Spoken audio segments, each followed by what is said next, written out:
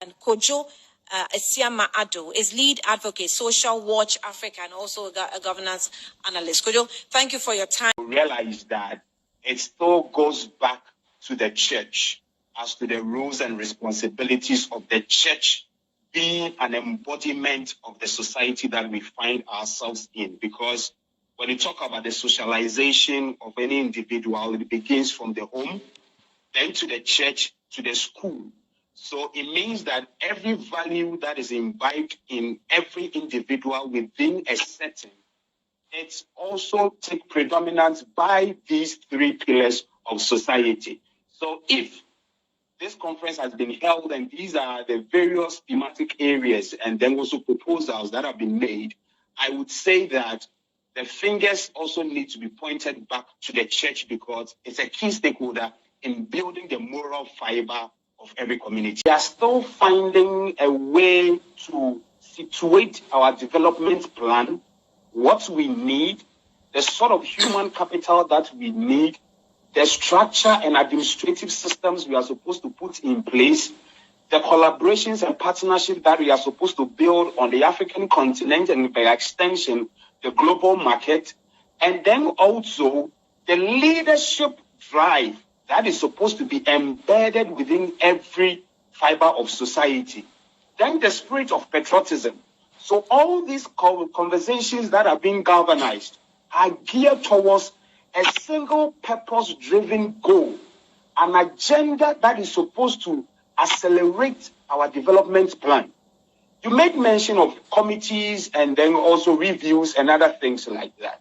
It is good that we have such conversations as a nation to be able to promote and advocate for some of these things to take place. However, what we lack, and we have lacked all these years, Annie, it's the political will to be able to see it through to its implementation. Apart from the political will, we also lack the sort of human resource that is needed to be able to take the document and run with the document. I ask you, what has become of the NDPC National Development 40-year development plan that was supported by the World Bank? Mm-hmm. I mean, researchers were put across the 10 regions then of Ghana, looking at the local economic transformation drive from agriculture to education to health to robust transportation system and urbanization. These documents are sitting down there gathering dust, and then on the hindsight, NDPC goes round each and every day organizing conferences, roundtable discussions, but the plan is there, the objectives are laid out, the implementation roadmap have been clearly defined. You asked, why have we not been able to do this? We have not been able to do this because our development orientation is hinged on political party manifestos. Our development orientation is hinged on political party manifestos. Yeah. So it is what the various political parties say on the various campaign platforms that gives the electorate or the voter the confidence to go to the polls and vote against or vote for a political party.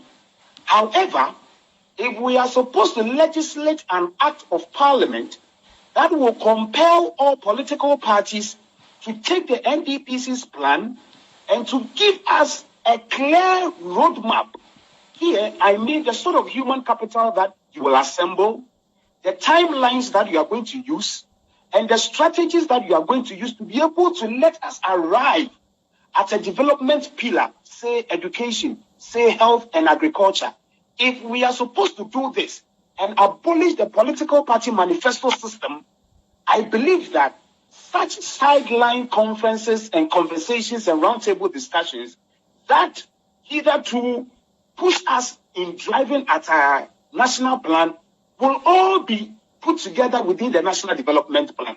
Other than that, we will keep on going in circles and coming back to the same thing that we have not been able to do. So an act of parliament that will compel all political parties to abide by the NDPC's 40-year development plan. Annie, I will take you to the triangle that built our moral fiber and our moral being in Ghana here. 1, Christianity. 2, Islam. And then 3, our traditional system. This is a triangle that we have been pre-colonial, post-colonial eras. We've been able to stick to it. And people who believe in the values, the doctrines of the Christian religion have certain values that are being taught to them. People who believe in Islam know very well that there are certain principles and fundamental laws that you can never go against. And within our traditional settings, before we were introduced to all the aforementioned two, we were still existing as a people, decency and decent in our various communities. Now, when the church begins to push this agenda of having moral standards still instilled in us, I was expecting the leadership of this conference, i.e. the Church of Pentecost, to come and give us a baseline report across the 16 regions of Ghana, identifying the various reasons why, to them, they think that the moral standards of our citizens have dwindled. Over how many years now? What are the factors that affected it? What are the effects, the consequential effects on the individual, on the community, and then the nation at large? I don't know, but probably they might have a baseline report that informed them. But if they were doing the general survey about looking at what is going on television within our communities, how things are going, I think we don't have any empirical evidence to situate it here. The next conversation has to do, and as I said, Annie, you know what you know because of what your mom and your dad taught you whilst you were growing up. Mm-hmm. Then you moved out of the home to the various schools. So you see that there is a curriculum that shaped you. So you were not just passing through this curriculum to be able to pass your exams, but it was shaping your being. And Nuna, I mean, in our local parlance, we call it, it depends on the teachings and the guidance that you have been given. Then we moved to our churches. And I was part of a research recently about social conduct and behavioral patterns in Ghana here. Right. I am confident to say that the church has taken dominance about shaping our moral fiber in our society now. According to the communique, it says that 90% of people in Ghana, according to the report, to the communique, are Christians. However, when we talk about ills in societies, when we talk about corrupt acts, when we talk about corrupt officials, they change clothes, they are politicians. Tomorrow, they are elders in the church. We talk about private business people, we celebrate them in society. Do we question how they come by their wealth? Do we question the standards with which they live by? Or because we have become a society that celebrates wealth? Until recently, for a young guy to be able to even purchase a car, it wasn't an easy thing. But these days, people are using all methods, all forms of anything to be able to acquire wealth because society will celebrate them. Society will salute them. Society will give them the opportunity to come and lead them as politicians. However, the church is the one supposed to condemn them. Look around. Look at 31st night. Watch night services, crusades and revivals. Which of them do not have the theme about being wealthy at all? They are all talking about wealth creation. And immediately you put wealth creation, you are lowering the standard because people do not go through the treadmill, the lay down procedure to be able to get to the apex that they are supposed to get to. People are cutting corners. So, Annie, in simple and short, I am going back to the Church of Pentecost. That, together with their key stakeholders, community-based organizations, NGOs, civil society organizations, they are the ones who are housing all of us every Sunday. They are the ones who are housing all of us every midweek service. They should check their thematic areas of preaching. They are messages to us. It is their messages that will curb and shape us. They will shape our behavior. They will shape our thinking. They will shape our relationship that we share with other people. They will be able to shape our leadership qualities and how we are patriotic towards God. There is no need for us to have a national council for moral standards, whatever.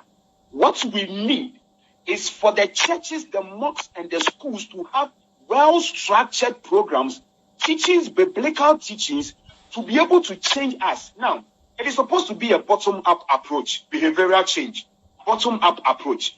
If it is well with the family, if it is well within the school, if it is well within the churches, they are teaching us standardized way of doing things. They are teaching us, and they listed some of the things: corruption, humility, whatever, thievery, and all those things. If we are being taught in and we are being guided at home, in the church, in the schools, and when we have that bottom-up approach, you will see that it will take that cascading effect, that there wouldn't be any need for you to set a centralized council to be able to guide and direct the moral conduct of people. Homes, let us have standards at home, and the schools, let us bring back the religious and moral education that was able to tune us to become human resource capitals who will grow up to become the leaders that the Church of Pentecost is promoting.